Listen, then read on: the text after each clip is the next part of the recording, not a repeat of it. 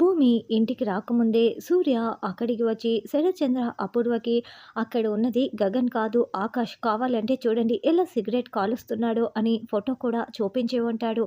అప్పుడే భూమి ఇంటికి వస్తుంది. హైదరాబాద్ వచ్చి ఆ శారద ఇంట్లో గగన్లా ఉంటున్నది ఎవరు, నిజం చెప్తావా లేదా భూమి, నిజం చెప్పు అని శరత్చంద్ర గట్టిగా అరుస్తూ భూమిని నిలదీస్తూ ఉంటాడు. అక్కడున్నది గగన, ఆకాశ, నిజం చెప్తావా లేదా అని శరత్చంద్ర అరుస్తూ ఉంటే, అయినా అక్కడ ఉన్నది గగనే అన్న గ్యారంటీ ఏముంది, ఆకాశాన్ని మనకు డౌట్ అయితే వచ్చింది కదా, కొడైకెనాల్ వెళ్ళి అతను ఆకాశో కాదో తెలుసుకుంటే సరిపోతుంది కదా అని అపూర్వ చెప్తుంది. ఇప్పుడే కొడైకెనాల్ వెళ్దాము, నువ్వు కూడా మాతో పాటి వస్తున్నావు, అక్కడ ఉన్నది ఆకాశ గగన అన్నది ఈ రోజే తేల్చేద్దాము అని శరత్చంద్ర చెప్తాడు. దాంతో భూమి కంగారు పడుతూ ఉంటుంది. ఎస్, ఇదే కదా నాకు కావాలని అపూర్వ చాలా సంతోషంగా చూస్తూ ఉంటే చిర్రి కేపీ ఇద్దరు టెన్షన్ పడుతూ చూస్తూ ఉంటారు. సరే నాన్న, నేను వెళ్ళి బట్టలు సర్దుకొని వస్తాను అని భూమి గదిలోకి వెళ్తుంది.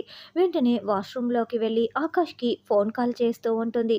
అరే, భూమి దగ్గర నుంచి ఫోన్ కాల్ వస్తుంది అని ఆకాష్ ఫోన్ చేతిలోకి తీసుకుంటూ ఉంటే అప్పుడే తార వచ్చి ఆకాష్ని వెనుక వైపు నుంచి గట్టిగా హక్ చేసుకుంటుంది.